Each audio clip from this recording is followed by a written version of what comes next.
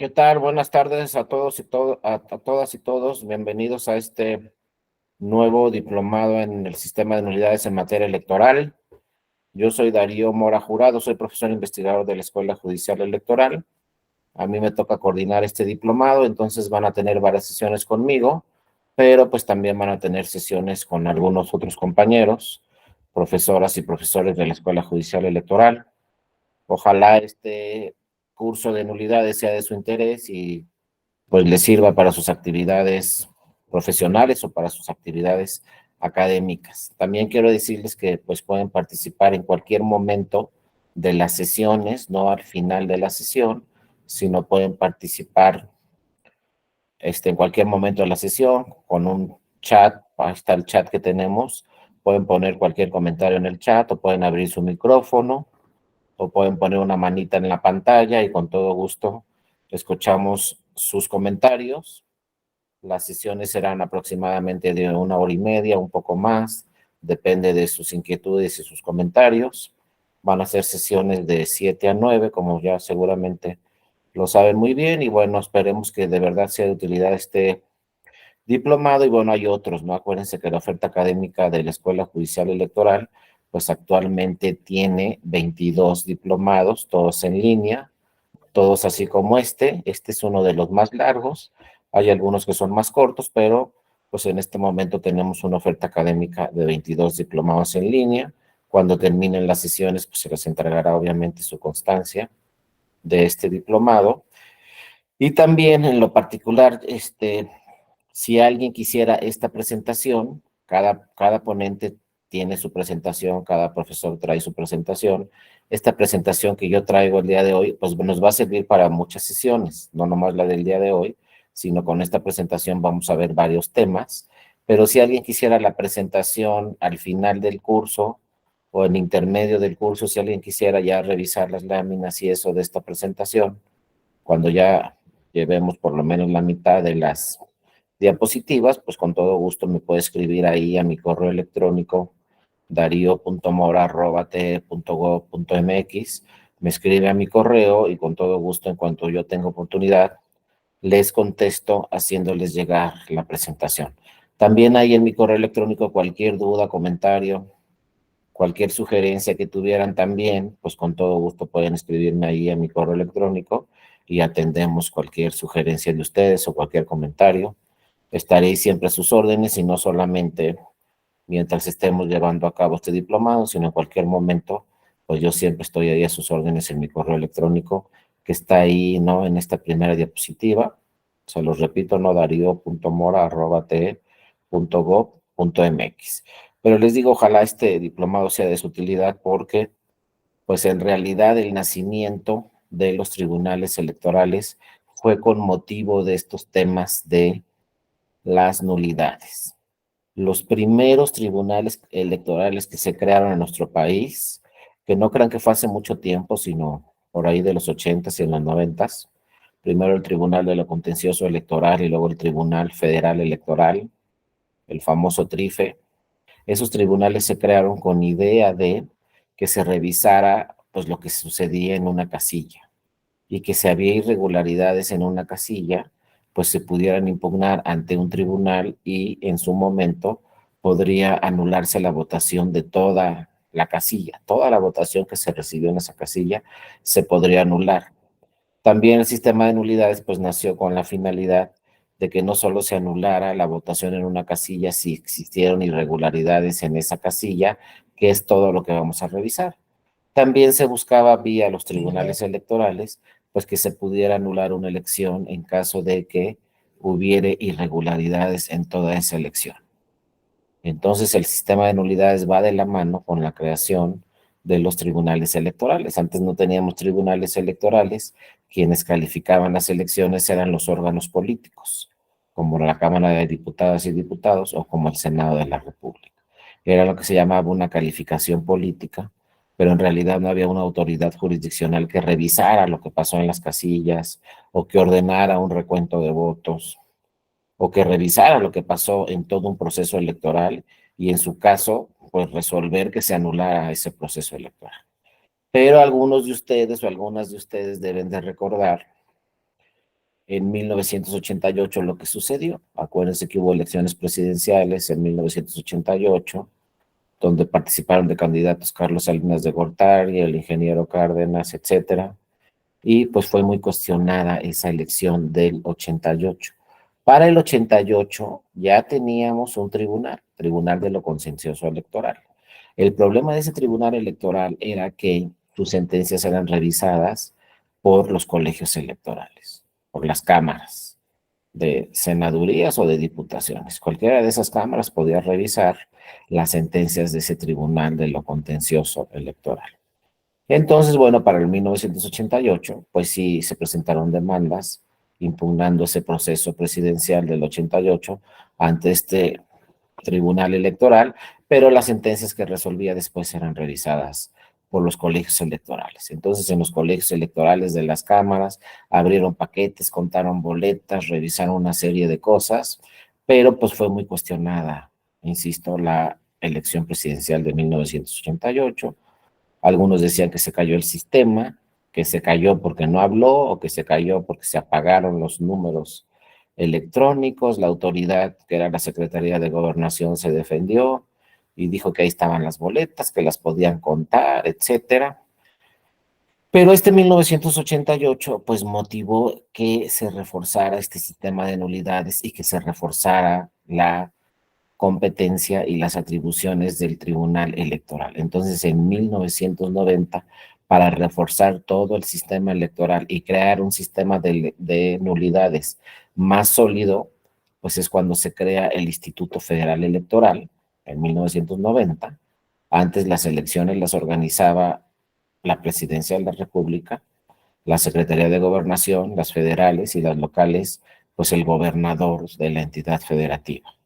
Ellos eran los que organizaban las elecciones. Viene en 1990 y se dice, ahora va a ser un órgano autónomo, como es el IFE, que va a organizar las elecciones, y las va a revisar un tribunal ya jurisdiccional especializado en materia electoral y además un tribunal que sus sentencias no van a ser revisadas. El Tribunal Federal Electoral terminó en 1996, ¿no? Su periodo, y para 1996 ya las sentencias del TRIFE no las podía revisar ninguna autoridad. En una reforma de 1993 se dijo las sentencias del TRIFE son definitivas e inatacables. Entonces, ese 1990 y esa reforma electoral fue fundamental en el sistema electoral mexicano y también nace una ley electoral de medios de impugnación en 1990 y luego se refuerza esa ley electoral en 1996.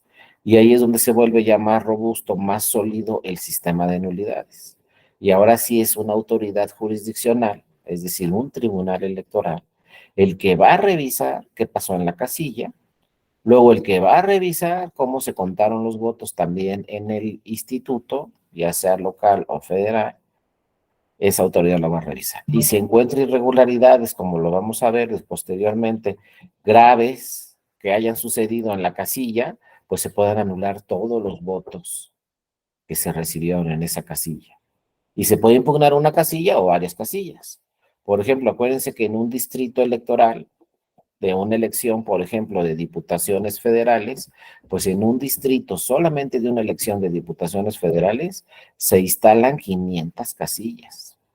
Entonces se puede impugnar una casilla, 2, 10, 15, 20, 30, 50 o las 500 casillas, la votación de las 500 casillas. Y también se puede solicitar ante el tribunal que se anule esa elección de diputaciones federales en cualquiera de los 300 distritos. Entonces, eso decía la ley en 90 y luego se hizo más fuerte esa ley en 1996 y luego se dieron los casos reales, porque uno decía, bueno, acuérdense cómo luego pensamos en México. Bueno, así dice la ley, pero la realidad, ¿qué sucede? Y no, pues si revisamos los precedentes de los tribunales electorales, pues vamos a ver que sí se han anulado pues muchas elecciones municipales, elecciones de diputaciones, elecciones de gobernador, sí se han anulado elecciones. Y también vemos cómo constantemente en cada proceso electoral, pues los tribunales electorales también anulan la votación en una o varias casillas. O sea, son casos que sí se dan, que sí se presentan. Cada vez, ¿no? Los partidos políticos tienen cuerpos jurídicos mucho mejor preparados, saben cómo impugnar, saben cuándo hay una irregularidad en una casilla, saben cuándo se pueden anular todos los votos en esa casilla, que es más o menos de lo que vamos a platicar, ¿no? En este diplomado del sistema de nulidades, todas las formas que existen para impugnar todos los actos en materia electoral relacionados con los resultados de una elección. El sistema de nulidades no aplica en cualquier momento, ya lo vamos a ver, del proceso electoral. Las nulidades se dan posteriormente a la emisión de los resultados de las autoridades electorales. Cuando dice el INE, ya ganó esta candidata o este candidato, y este es el resultado final, en ese momento se puede impugnar ese resultado ante el tribunal. Y el tribunal va a revisar si está bien ese resultado que dijo el INE o si no está bien. O si en un caso se tiene que anular esa elección y convocar a una elección extraordinaria. Y son casos que ocurren constantemente. A nivel local, en las entidades federativas sucede lo mismo. Tenemos un instituto estatal electoral en cada entidad federativa que va a organizar la elección y también tenemos un tribunal electoral en cada entidad federativa que va a revisar y en su caso se van a impugnar los resultados electorales de las elecciones en su entidad federativa. Ahora, contra las sentencias de los tribunales electorales en las entidades federativas, pues ahí sí también las podemos impugnar ante el Tribunal Electoral del Poder Judicial de la Federación. En las entidades federativas hay doble instancia. Primero resuelve el Tribunal Electoral de ese estado o de la Ciudad de México y en una segunda instancia puede revisar esa sentencia el Tribunal Electoral del Poder Judicial de la Federación. Entonces, bueno, pues también un tribunal electoral puede anular una elección y posteriormente revisar esa sentencia donde se anuló una elección y el Tribunal Electoral Federal pues puede confirmar esa sentencia o revocar esa sentencia y decir no se debe anular la elección. O si, por ejemplo, el Tribunal Electoral dice no se debe anular la elección, se puede ir a una autoridad federal y la autoridad federal puede decir no, sí se debe de anular la elección. Es decir, hay doble instancia. También a nivel federal, en senadurías y diputaciones, ya lo veremos poco a poco, hay doble instancia. Cuando se impugna una elección de diputaciones federales o una elección de senadurías, ese asunto lo resuelve en primera instancia una sala regional del Tribunal Electoral. Pero contra las sentencias de las salas regionales del Tribunal Electoral del Federal, procede una figura que se llama el recurso de reconsideración y las sentencias de las salas regionales las puede revisar la sala superior del Tribunal Electoral. Entonces, las únicas sentencias que no puede revisar ninguna autoridad a la fecha son las sentencias de la sala superior. Pero cualquier asunto electoral, ya sea a nivel local o a nivel federal, puede llegar como última instancia hasta la sala superior. Entonces, una elección municipal que se impugna puede llegar hasta revisarla la sala superior. Y la decisión que tome la sala superior sobre la elección que se llevó a cabo en ese municipio será la última palabra, ¿no? Aquí nos pregunta Eduardo Fuente, ¿y los organismos internacionales? Ese es un tema muy interesante, Eduardo, porque vamos a ver si nos da tiempo de explicarlo. Es otro tema que viene en otro diplomado de control constitucional y control convencional, pero se los voy a decir rápidamente. Fíjense lo que sucede en materia electoral. En materia electoral es la única materia, si ustedes se dedican a otras materias del derecho, van a ver que lo electoral es completamente distinto. Completamente. No se parece al penal, no se parece al civil, no se parece al laboral, ni al fiscal, etcétera. Para que un asunto de derecho de cualquier materia se resuelva, no hay plazos. Y los que son abogadas o abogados, pues conocen muy bien que un asunto civil, pues puede durar, ¿qué les digo? Un asunto civil puede durar 15 años. Y no estoy vacilando. Un asunto civil puede durar 15 años y no se resuelve. Un asunto penal, pues ya saben, que se ha impugnado hasta la Corte Interamericana de Derechos Humanos asuntos pues donde, pues, por ejemplo, la Corte Interamericana de Derechos Humanos hace poco se resolvió un asunto donde llegaron dos personas y le dijeron a la Corte Interamericana, ya tengo 17 años y todavía no tengo sentencia definitiva. Estoy en la cárcel, no tengo sentencia definitiva.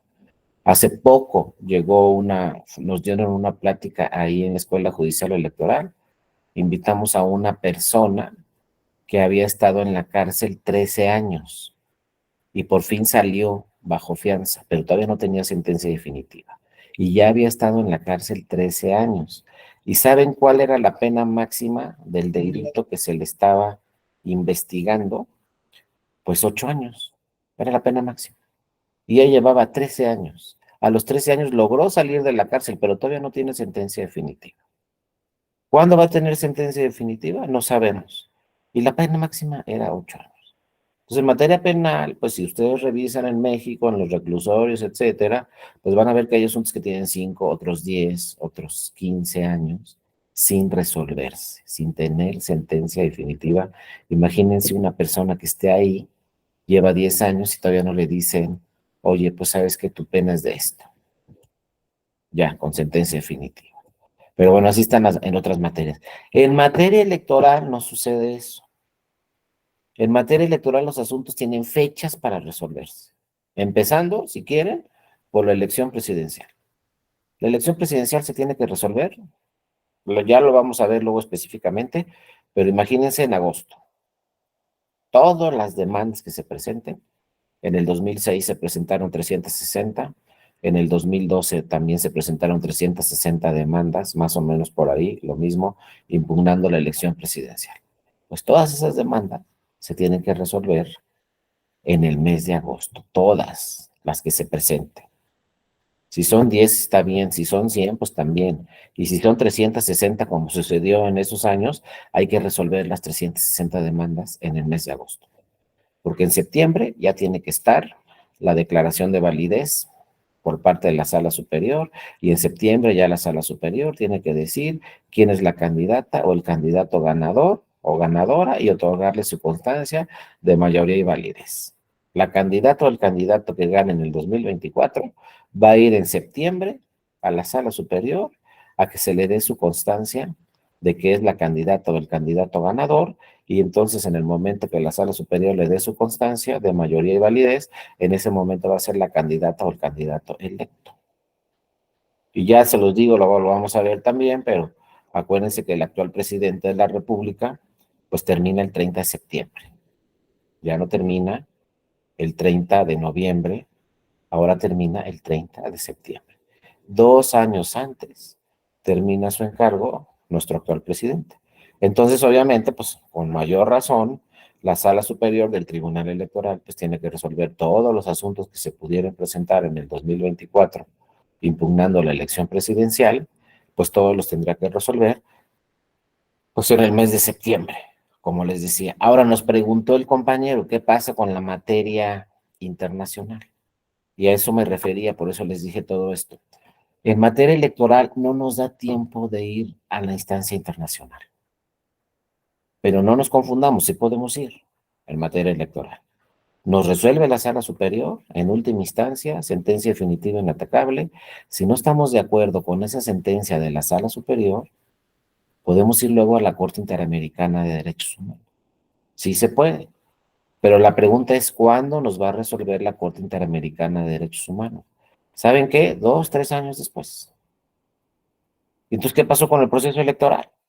No, pues el proceso electoral ya pasó, ¿entienden?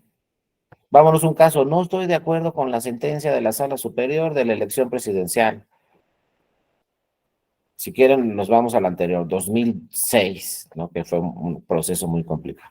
Si se impugna la sentencia de la Sala Superior de la elección presidencial del 2006 y alguien dice no estoy de acuerdo y me voy a la Corte Interamericana de Derechos Humanos, cuando la Corte Interamericana de Derechos Humanos resuelve ese asunto, pues el candidato ganador ya es el candidato ganador, ya es presidente de la República.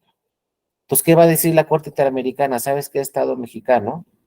Pues reforma tu constitución o tus leyes en este sentido, ¿no? Como sucedió con Castañeda cuando quería que hubiera candidaturas independientes en México. Pues llegó hasta la Corte Interamericana, ganó el caso y el Estado, la Corte Interamericana le dijo al Estado mexicano, tienes que crear normas para tener una candidaturas independientes y para que existan medios de impugnación relacionados con las candidaturas independientes, etcétera. Y eso lo hizo el Estado mexicano muchos años después. Entonces, ¿qué pasó con Castañeda? Ganó, pero nunca fue candidato independiente en esa elección.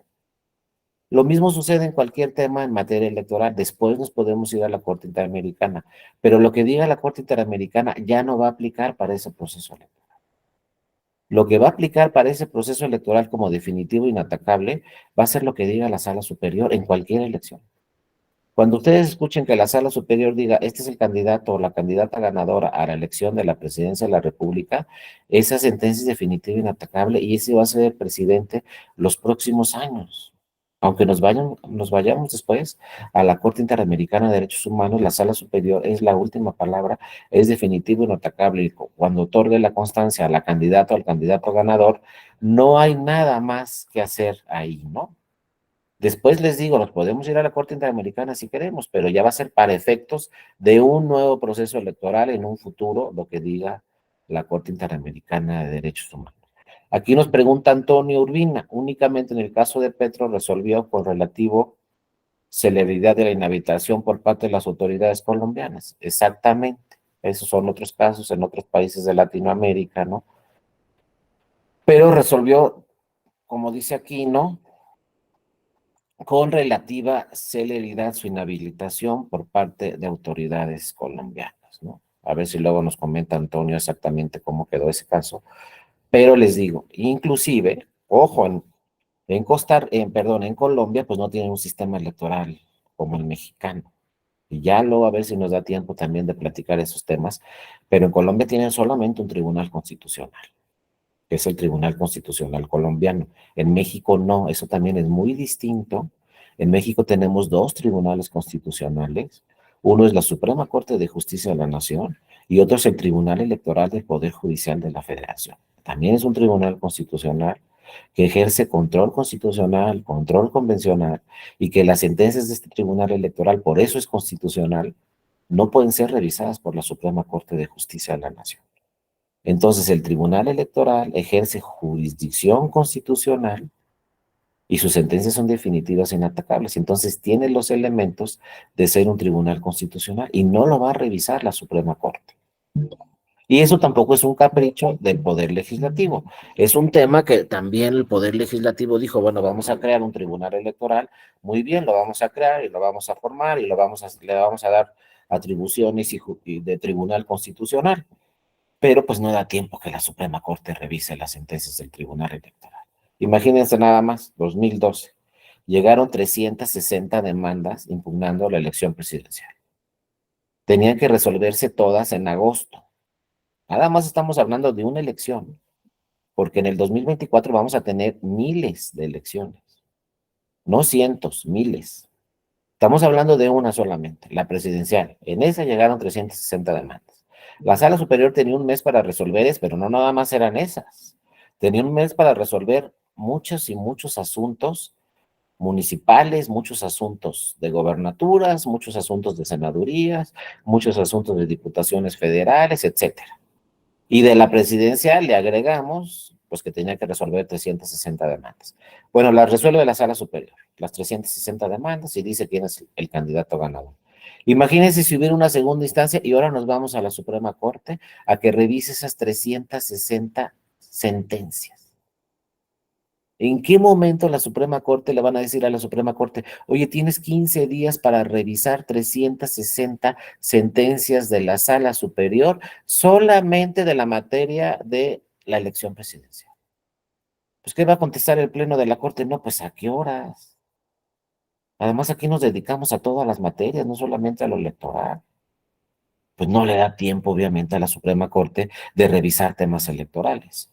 Por eso el Poder Legislativo señaló, y siempre lo ha señalado, desde el TRIFE de 1990, dijo el Poder Legislativo, ¿saben qué?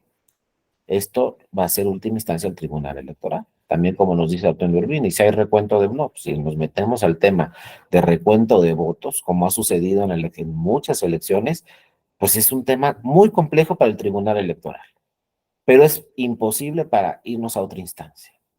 Y la autoridad especializada es la autoridad electoral, ¿no? La Suprema Corte es especializada en otras materias, pero la autoridad especializada en lo electoral es el Tribunal Electoral.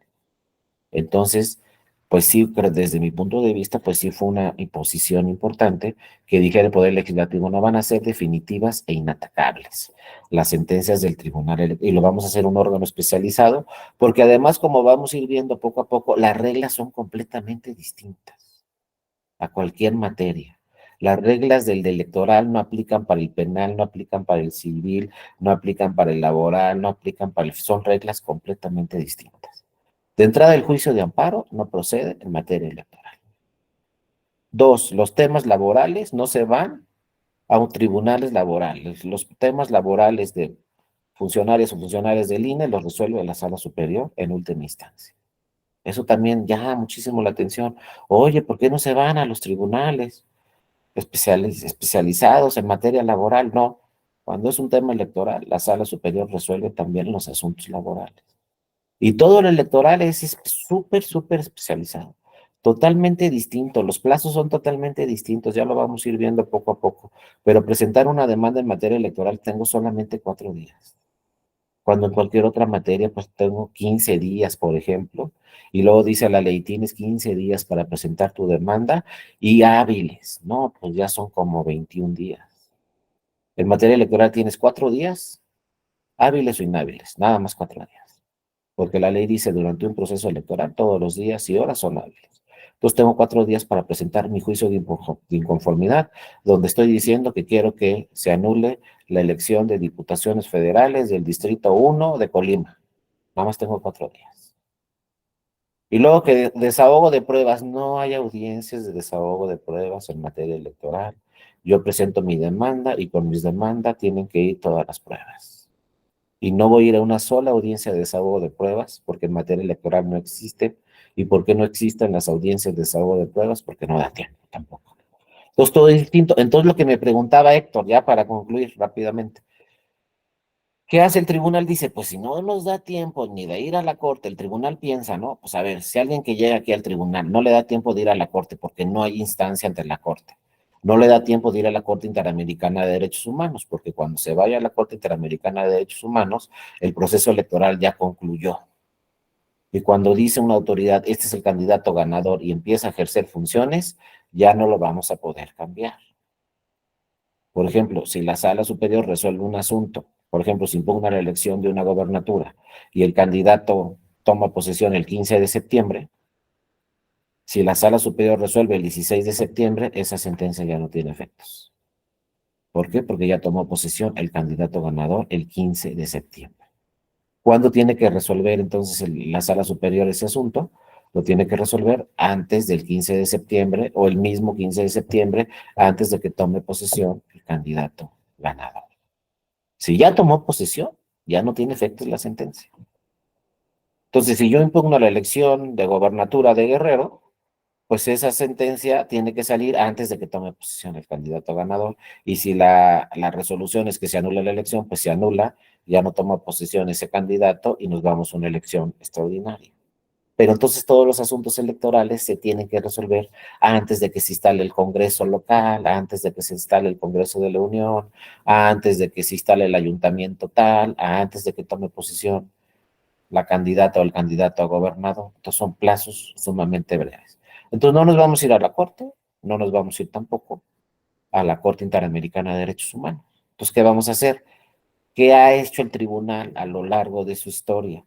Pues que el tribunal, cuando llega un asunto, revisa, fíjense, eso nunca se les pase tampoco, revisa, obviamente en la demanda van a impugnar y van a decir, pues se están vulnerando estas normas constitucionales, se están vulnerando estas normas legales, este acuerdo, etcétera, etcétera, estos principios de la Constitución, estos derechos humanos, todo. Así llega la demanda. ¿Qué va a revisar el tribunal? Va a revisar qué dice la Constitución, antes que cualquier ley, antes que cualquier lineamiento, antes que cualquier acuerdo, antes que cualquier reglamento, antes que cualquier estatuto de un partido político. Lo que va a hacer el tribunal es revisar qué dice la Constitución. Porque hacer un tribunal constitucional, pues lo primero que tiene que hacer es proteger lo que dice la Constitución. Entonces el tribunal va a revisar qué dice la Constitución y va a revisar que las demás normas que están haciendo valer en esa demanda sean conformes a la Constitución. Si hay una norma por ahí que nos hace valer un partido, como un reglamento, como un lineamiento, o inclusive si hay una norma de los estatutos de un partido que nos hace valer un partido o una candidatura al tribunal, y esa norma es contraria a la Constitución, el Tribunal Electoral tiene atribuciones para decir la norma es inconstitucional. Entonces, inaplicamos esta norma porque es inconstitucional. Así lo puede decir el Tribunal Electoral.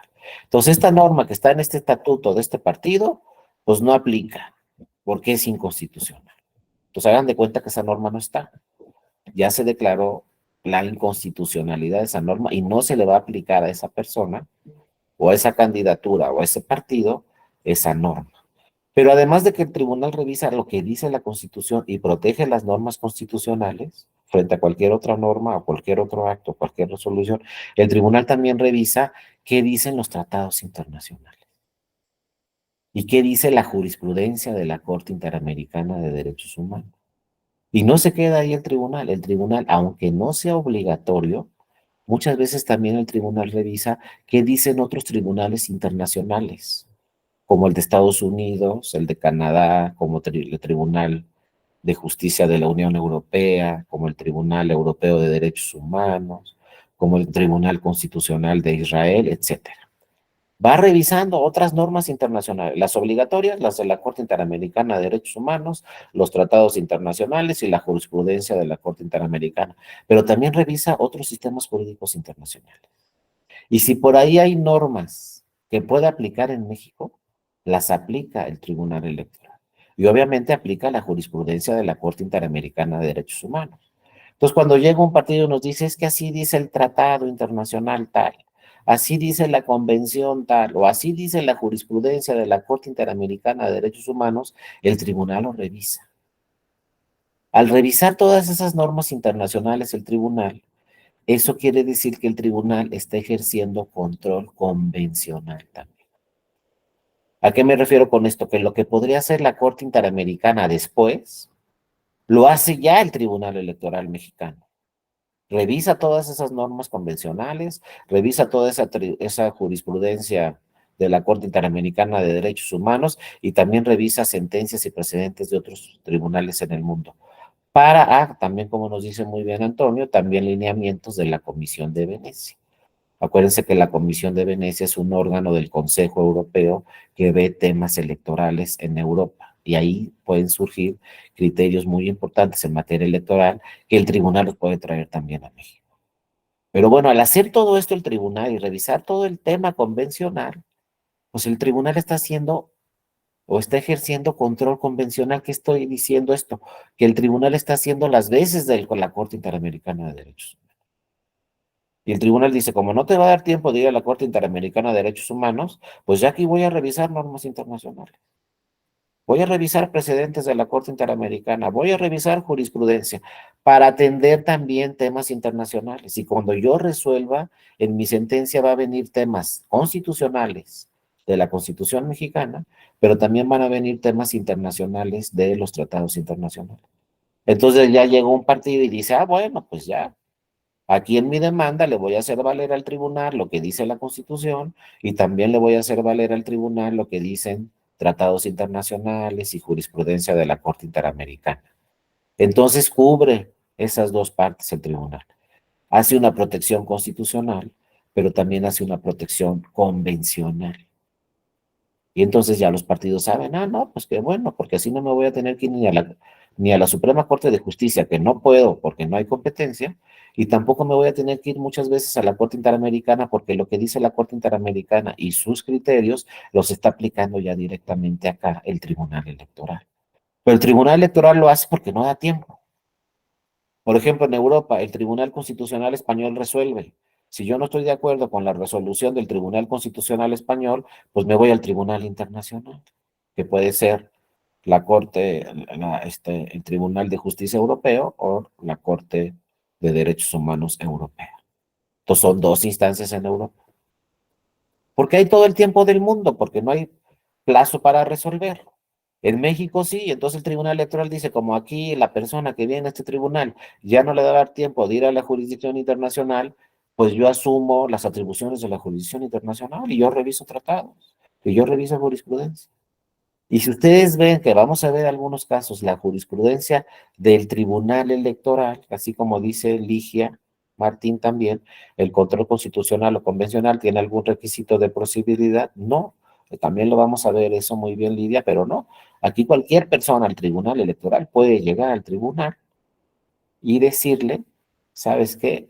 Protege Tribunal Electoral lo que dice la Constitución, pero también protege Tribunal Electoral lo que dicen los tratados internacionales. ¿Cuál es el fundamento de eso que hace el tribunal?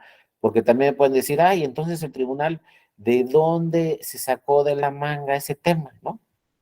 Pues del primero de la Constitución. Pero ahora les voy a decir algo con franqueza. El tribunal ya ejercía este control constitucional y convencional desde antes que se reformara el primero de la Constitución. Desde antes lo hacía. Pero ya con el primero de la Constitución quedó muy claro. Inclusive el primero de la Constitución, si ustedes lo revisan, pues va más allá.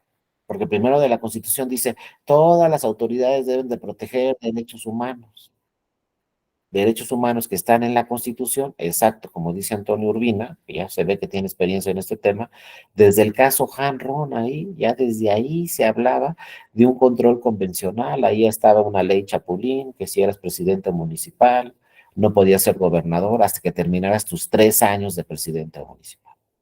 Así decía la ley, pero hay tratados internacionales que decían, no, hay que proteger su derecho a ser votado. Y si quiere ser gobernador, pues no tiene que terminar los 3 años, ¿no? De presidente municipal. Puede separarse 3 meses antes para que pueda hacer campaña para gobernador. Eso no lo decía la ley mexicana, pero sí lo decían los tratados internacionales. Entonces ahí, desde esos tiempos, se ejerció el control convencional la Sala Superior y dijo, no, pues es que esto es contrario a los tratados. No podemos negarle a una persona que es presidente municipal que se registre para candidato a gobernador, porque es su derecho a ser votado. Hoy es que la ley dice que tiene que terminar sus 3 años. Pues esa ley es inconvencional, como este tema que nos dice Antonio.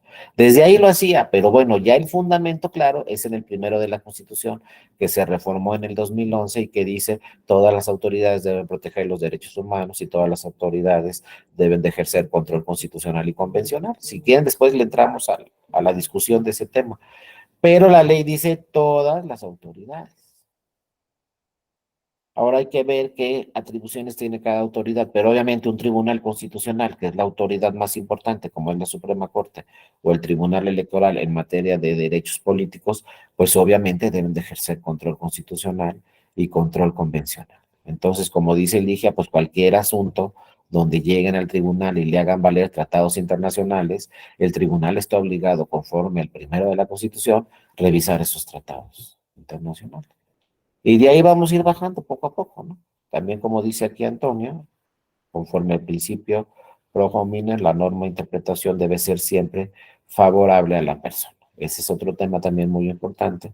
Cuando el tribunal interprete normas internacionales, normas convencionales, tratados internacionales, debe buscar la interpretación que proteja el derecho político de esa persona, no que lo restrinja. Ya después, si entran otros diplomados, podemos también entrar a esta discusión que está muy interesante en este momento, con estos procedimientos, por ejemplo, que está haciendo Morena y que está haciendo la otra parte de los partidos. Se nos adelantaron todos y no dice nada la ley. ¿Saben cuándo empiezan las precampañas? En noviembre. Y entonces, ¿ahorita en qué estamos? Pues en unos procedimientos inéditos. Pero ¿saben qué están haciendo todos esos partidos políticos y todas esas personas que están participando? Están haciendo valerle al tribunal su derecho de libertad de expresión y su derecho de información. Dicen la Constitución y los tratados internacionales, dicen que todas las personas tenemos libertad de expresión y derecho a la información. Entonces, ¿por qué nos van a impedir hacer estos procedimientos? Y así está, pero es inédito.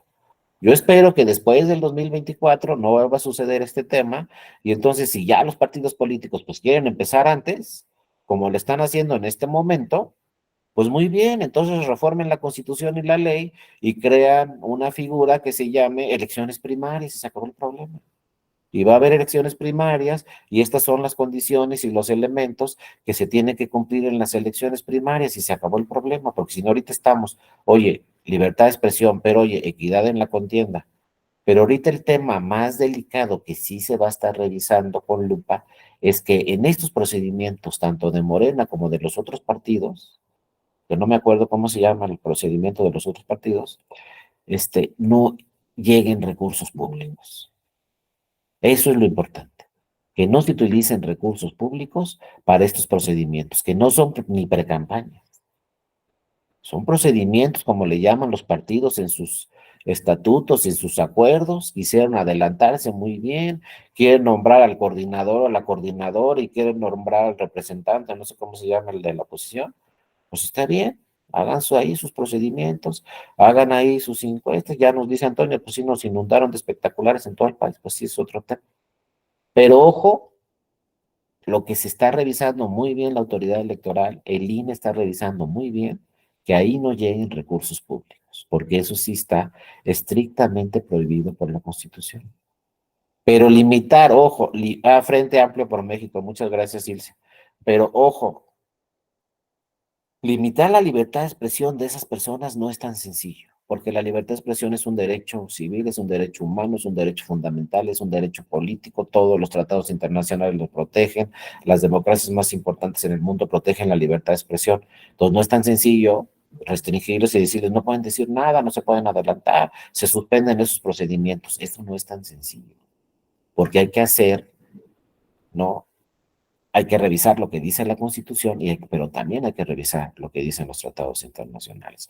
Y si han llegado casos a la sala superior, pero la sala superior lo que está tratando es de que se pronuncien esas personas dentro de sus procedimientos internos, conforme a sus estatutos, pero sí revisando muy bien que por ahí no aparezcan recursos públicos, porque eso sí está estrictamente prohibido. Y ahorita pues se adelantaron todos, son procedimientos inéditos, nadie pensó que iba a suceder eso, ya sucedió, pero pues ojalá les digo, como todos los partidos parece que están de acuerdo con esto, el único que no ha hecho nada, no se ha pronunciado así directamente, es Movimiento Ciudadano, pero todos los demás ya están en sus procedimientos. Bueno, si así lo quieren, pues reformen la Constitución después del 2024. Hay que crear una figura que se llame, ¿no? Elecciones primarias y hagan esos procedimientos, pero ya con una base reglamentaria, con una ley que hable específicamente de ese tema y que también se incorpore en la Constitución, porque ahorita verdaderamente, pues el tema es muy complejo, porque por un lado hay que proteger la libertad de expresión, hay que proteger el derecho a la información que tenemos todas las personas, pero por otro lado hay que proteger la equidad en la contienda, la neutralidad de los servidores públicos, que tampoco lleguen recursos públicos en sus procedimientos, etcétera, etcétera, etcétera. Son temas muy complejos que poco a poco se están resolviendo. Ya el INE creó unos lineamientos y les dijo, pues hagan sus procedimientos, pero cumplan con estos lineamientos. Ya que terminen esos procedimientos, pues vamos a ver si se cumplieron con los lineamientos o no. Si se cumplió, pues todo está bien, si no, pues hay que sancionar a los que no cumplieron con esos lineamientos. Pero fíjense, la elección falta un año, poquito menos de un año. ¿Y ahorita cuánto llevamos ya oyendo a todas estas personas en radio y televisión y redes sociales, etcétera? Y todos los medios de comunicación dicen se están adelantando, no se puede, etcétera, pero ahí cada día nos dicen qué están haciendo. ¿Tú están de acuerdo o no? Y muchos medios de comunicación dicen, no estoy de acuerdo. Ah, pero estás transmitiendo todo lo que está haciendo esa persona cada día. ¿Por qué lo estás transmitiendo entonces si no estás de acuerdo? Ellos mismos están apoyando ese tipo de propaganda, etcétera, ¿no? Hay otros medios de comunicación que dicen que no, etcétera.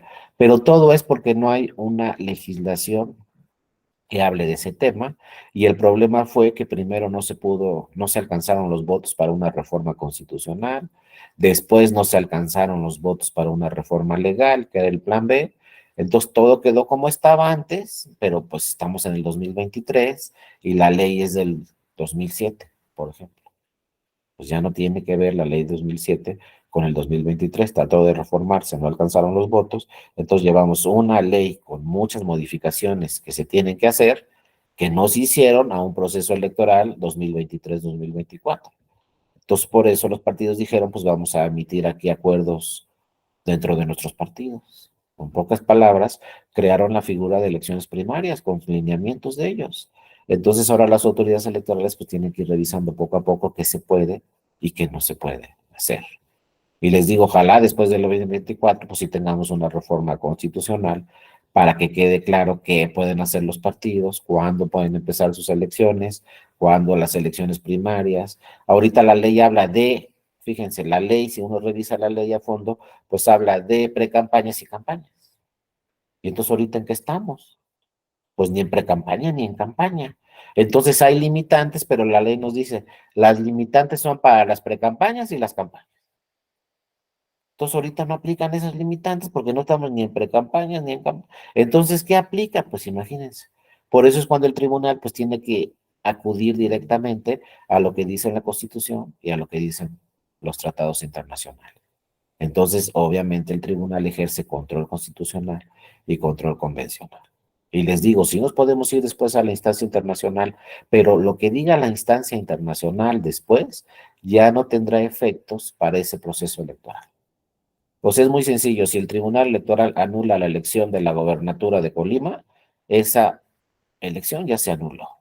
Y nadie puede hacer nada contra esa sentencia donde dice se anuló la elección de la gobernatura de Colima y nos vamos a extraordinarias. Eso nadie lo va a poder modificar. De ahí la importancia de la materia electoral. Ahora les voy a dar otro dato. Si alguien se dedica al penal civil o lo que sea, este dato también les va a llamar mucho la atención.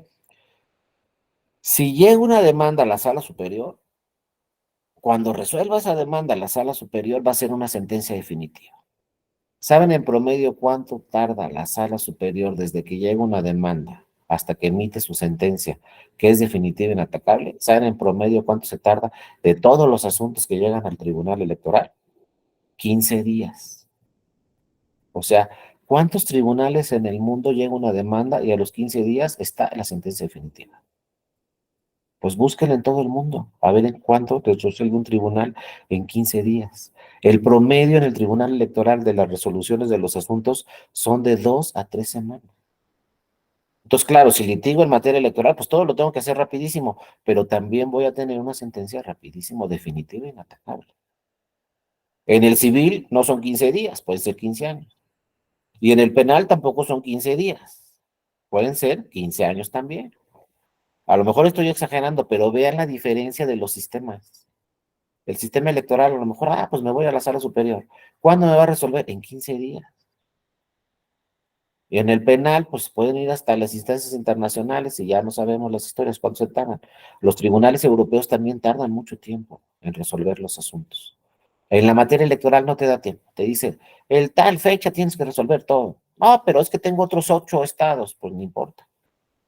Entonces la sala superior, hagan de cuenta, en el año que entra, 2024, va a decir, pues en estos 15 días tengo que sacar todos los asuntos de Colima, en esta semana todos los de Nayarit, en estas 3 semanas todos los de Oaxaca, en estos 15 días todos los de la Ciudad de... Así. Y no hay más. Todos los de la Ciudad de México tienen que salir en estas 3 semanas. Y todos los de Oaxaca tienen que salir en esta fecha. Y todos los de Colima. Entonces ya tenemos ahí el calendario de todos los estados y cuándo tienen que salir todos los estados porque toman posesión las autoridades. Y tienen que salir porque tienen que salir. Porque como yo les decía, si resolvemos después un asunto, ya no tiene efectos. No, pues ya tomó posesión hace 3 días, ¿ya para qué resuelves que se anula la elección? Si ya tomó posesión hace 3 días. Entonces todo es mucho más complicado, pero también vuelve de alguna forma el sistema mucho más eficiente. Porque yo tengo 4 días para presentar una demanda, pero yo sé que en 15 días voy a tener una sentencia. Y si hay una segunda instancia, van a pasar otros 15 días y voy a tener la sentencia de la segunda instancia. En un mes se resolvió todo, pero solo en la materia electoral, ¿no? Y se hace control constitucional y control convencional en esos temas que hay que resolverse en 15 días. Se revisa la Constitución, se revisan tratados internacionales y toda la legislación secundaria se revisa, porque son temas, pues, que se tienen que resolver en el momento. Por eso la mayoría de los países europeos no entienden el sistema electoral y no tienen tribunales electorales y no se meten en estos enredos. La historia de México nos dijo, a partir de 1988, tenemos que crear una jurisdicción electoral especializada, con reglas especiales, con leyes especiales y con tribunales especiales, ¿no? Y como dice muy bien Antonio, pues la historia de México en la desconfianza. Y si hay desconfianza en los resultados electorales, pues hay que crear autoridades electorales que revisen todos esos temas. En Estados Unidos ya ven, primero confían muchísimo en sus elecciones y ya en las últimas elecciones presidenciales han tenido ya muchos problemas. A ver si en una de esas no nace un tribunal electoral en Estados Unidos o la Corte adquiere competencia en materia electoral. Lo que nunca se imaginó, una de las democracias más importantes en el mundo ya ha tenido problemas en elecciones presidenciales y no tienen la autoridad competente para resolver esos asuntos. En México se pensó en el 1988 que hubo problemas en la elección presidencial y dijo, pues vamos a crear el INE, vamos a crear el tribunal y por ahí nos vamos, ¿no? Bueno, ahí sí está. Y el tema de nulidades es central, porque lo primero que quería el Poder Legislativo al crear el Tribunal Electoral es que se revisara qué es lo que pasó en una casilla y luego que se revisara todo lo que pasó en un proceso electoral, a ver si es válido o se tiene que anular ese proceso electoral. Y en eso consiste, ¿no? Este diplomado en el sistema de nulidades en materia electoral, en revisar qué pasó en la casilla y luego revisar qué pasó en el INE y luego revisar todo el proceso electoral. No solamente qué pasó el día de las elecciones, sino qué pasó antes. Vamos a ver si hubo recursos públicos, se puede anular una elección, si intervinieron los medios de comunicación a favor de una candidatura, se puede anular una elección, si se utilizaron símbolos o propaganda religiosa, se puede anular una elección. Es más, a la fecha se puede anular una elección si se ejerció violencia política en razón de género alguna de las candidaturas en esa elección, pues se puede anular. Y ya se ha anulado. No les digo se puede nada más. De todos estos ejemplos, ya se han anulado elecciones por símbolos religiosos, ya se han anulado elecciones por violencia política en razón de género, por rebase de topes de gastos de campaña, por recursos públicos en las campañas. Por todo esto se han anulado elecciones. Entonces no estamos hablando nada más así como en la teoría. En la práctica ha sucedido. Se han eleccionado, por ejemplo, yo soy de Colima, ya nos anularon 2 elecciones el tribunal. En el 2003 se anuló la elección de la gobernatura. Y en el 2015 o 2016 otra vez se anuló la elección de la gobernatura. Y nos vamos a elecciones extraordinarias. Aquí, como nos comenta Antonio también, la primera elección que se anuló de nivel gobernatura fue en Tabasco en el 2000. Y ahí nació también una causal de nulidad muy importante que ya estudiaremos, que se llama la causal de nulidad abstracta. No estaba en la ley. La ley de Tabasco no decía que se podía anular la elección de gobernador, pero el tribunal revisó y dijo, si se vulneraron todos estos principios que están en la Constitución Federal, ¿cómo voy a declarar válida la elección? Y todavía el candidato que ganó dijo, pues no puedes anularla porque no hay causal de nulidad aquí en la ley de Tabasco. ¿Cómo vas a anular una elección si la ley de Tabasco dice la elección de gobernador no se puede anular? No hay causal. ¿No? Puede ser un ejemplo. Y dijo el tribunal, bueno, pues si no hay causal de nulidad específica de este caso que sucedió, no la voy a anular, pero vía la causal abstracta, voy a decir que no es válida esa elección porque se vulneraron principios constitucionales. Y ahí se armó una discusión de muchos años donde empezaron a decir, bueno, ¿y por qué el tribunal anula una elección del tamaño de una gobernatura en Tabasco si no hay la causal de nulidad que diga que por esas causas se debe anular la elección? Y el tribunal dijo, la ley de Tabasco no lo dice, pero la Constitución Federal dice que si se vulnera este principio y este de la Constitución, no puede ser válida esa elección. Y atendiendo a lo que dice la Constitución, no a lo que dice la ley de Tabasco, se anuló la elección de Tabasco y se anuló.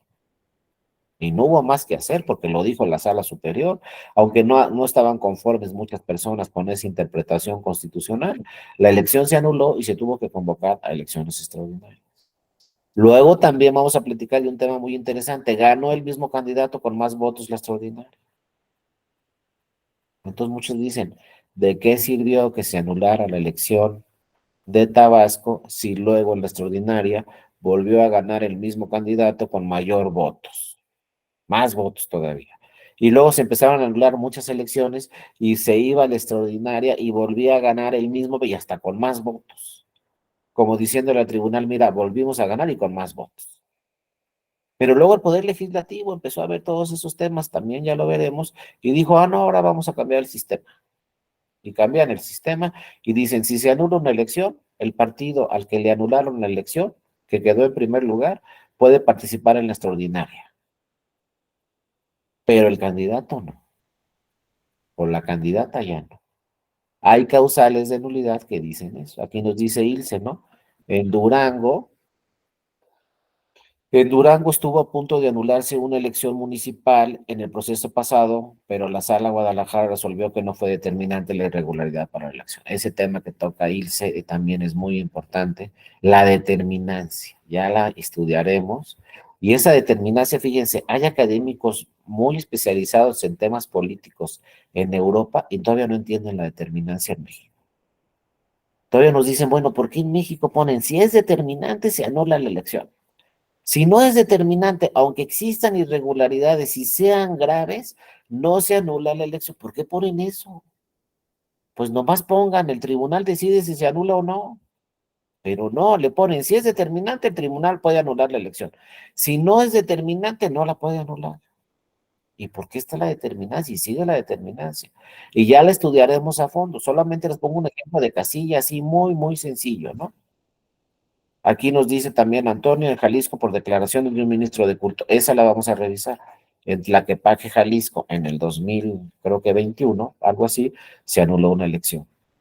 En Tlaquepaque, Jalisco, porque se hicieron pronunciamientos por parte de un ministro de culto a favor de un partido y en contra de otro. Y eso provocó que se anulara la elección porque no se cumplió con el 130 de la Constitución, separación Iglesia-Estado. De eso vamos a tener toda una sesión completa para revisar ese caso. Pero esta determinancia, nomás les pongo un asunto de una casilla muy sencillo que ya también lo estudiaremos. Pero, por ejemplo, imagínense que ustedes sean la presidenta o el presidente en la casilla. Los designa el INE, toman su curso de capacitación, ya voy a ser yo la presidenta, el presidente, que por cierto hay entre comillas, y los invitan en el 24, vayan, no se van a repetir. Porque si un problema tiene el INE muy importante en este momento, es que la mayoría de la ciudadanía ya no quieren ser ya no quieren ser funcionarios o funcionarios en las casillas, por distintos motivos, ¿eh? En algunos tendrán razón, en otros no, pero si los invita el INE, pues sí, van a tener que estar ahí todo el domingo, desde muy temprano hasta en la noche, pero vale la pena, ¿no? Cumplir con esa responsabilidad como ciudadano o ciudadano de recibir los votos. Ahí se las dejo de tarea, pero los votos no los recibe el INE, los votos no los cuenta el INE, el conteo de votos no le echen la culpa al INE, los votos los cuenta la ciudadanía. Y en pocos países en el mundo, lo que diga la ciudadanía, ese es el resultado. Si ustedes están en una casilla, por ejemplo, son el presidente de una casilla, ustedes van a llenar las actas, ustedes van a contar todas las boletas de todas las urnas, van a llenar las actas de escrutinio y cómputo y las van a firmar. Y ustedes no son funcionarios ni funcionarias del INE. Ustedes son ciudadanas o ciudadanos como cualquiera de nosotros y van a contar los votos, van a firmar las actas. Si nadie impugna las actas, el resultado que ustedes firmaron en esas actas, ese se va a ser el resultado de esa elección en esa casilla. Porque en México, insisto, los votos los contamos la ciudadanía. Y los que firmamos las actas de las casillas, ya lo veremos a fondo también todos esos casos, somos las ciudadanas y los ciudadanos. En la casilla que ustedes vayan en el 2024, no van a encontrar ni un solo funcionario del INE ni funcionaria del INE. No va a haber nadie del INE en esa casilla. En esa casilla solamente van a estar sus vecinos que van a contar los votos, los van a recibir y los van a contar, y van a estar los representantes de los partidos. Pero si en casilla buscan a alguien del INE, no va a haber nadie del INE. ¿Eso qué quiere decir? Que los que contamos los votos somos nosotros, la ciudadanía. Ya más no se puede. Había tantos problemas en el 1988 con la elección presidencial que se dijo, no, los votos los va a contar la ciudadanía. Las actas las va a firmar la ciudadanía. Aquí dice Eduardo, solo los CAES, pero no pueden tocar nada, solo asistir exactamente. Pueden estar ahí los CAES o los visitantes extranjeros o los observadores electorales, pero ellos no toman ninguna decisión y no firman ningún documento. Inclusive los representantes de los partidos no toman ninguna decisión. Los que toman todas las decisiones hacen el cómputo y cuentan las boletas una por una, son las ciudadanas y los ciudadanos, o sea, nosotros. Entonces, si nos invitan, bueno, pues va a ser un día, pero no, hasta yo ya fui hace muchos años, estuve en una casilla de funcionario y es bastante muy divertido, de veras. Se entretiene uno, ve ahí a todos sus vecinos, saluda uno a todos sus vecinos, ve cómo se lleva a cabo una elección ya en la realidad, se llenan las actas. El INE también está buscando las personas que tengan mayor alto índice de escolaridad, porque luego los que tienen doctorado, maestría, licenciatura, ¿qué creen? Son los que no quieren ser funcionarios. Pero al INE son los que quiere que sean los funcionarios. Porque ya cuando estudiemos el acta de escrutinio y cómputo van a ver. El que me diga que es fácil llenarla, olvídense que de fácil no tiene nada. Nada de fácil, ¿eh? Y si le agregan que es solamente un original, a ver, pues, le tiembla la mano al presidente llenar el original, porque dice, si me equivoco, ya no tengo otro, es nada más uno. Entonces, por ahí hay varios consejos que vamos a ver también en este diplomado, pues para no equivocarnos. O sea, hay que hacerlo primero en borrador y luego ya llenar el acta, ya que tengamos muy bien todos los resultados para que no tenga errores, porque como decía por ahí un compañero, si hay errores en el acta de escrutinio y cómputo que se levantó en la casilla, pues el problema va a ser que vamos a tener que volver a contar todos los votos ya en el INE y levantar una nueva acta de escrutinio y cómputo. Entonces, lo mejor es que se llene bien, pero es muy complejo llenar esas actas. Entonces, el INE, cada proceso electoral dice, voy a buscarme las personas que tengan licenciatura, que tengan maestría, etcétera. Pero esas personas luego dicen que no. Y entonces, el que nada más tiene primaria es el que dice que sí. Pero vean, tenemos que entrarle y si ustedes los invitan porque les tocó la letra F, N, lo que sea, pues la verdad sí hay que entrarle, ustedes van a contar los votos en esa casilla y ustedes van a decir cuál es el resultado de todas las elecciones. Si son de la Ciudad de México, pues simple y sencillamente van a tener que contar los resultados de 6 elecciones, si están en la Ciudad de México. No crean que nada más cuentan la de la presidencial, también senadurías, diputaciones, jefatura de gobierno, diputaciones locales y alcaldías. Todo eso tiene que contar en esa misma casilla. Aquí nos dice Aida Contreras, sí entregan por duplicado las actas, pero se llegan a cometer errores, sobre todo por que luego no se capacitan adecuadamente a los ciudadanos. Pues sí, no se capacitan muchas veces, como dice Aida, o muchas veces sí se capacitan, pero ¿qué creen? El día que tienen que llegar, no llegan. Ya capacité al secretario de la casilla, ya sabe todo, pues no llega el domingo. Y si no llega el domingo el secretario, porque era sábado y se fue a una fiesta, y ni modo de decirle, no puedes ir a la fiesta, pues se fue. Ya no llegó a la casilla y entonces un escrutador tiene que subir de secretario, pero ya no tiene quizá la misma preparación, ¿no?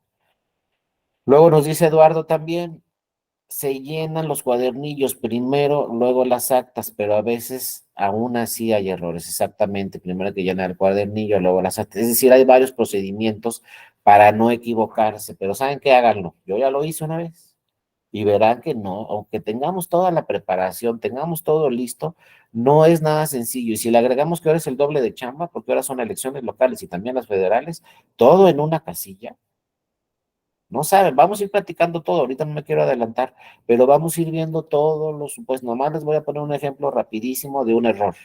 Imagínense, ustedes son presidente. Ah, bueno, soy el presidente, ¿no?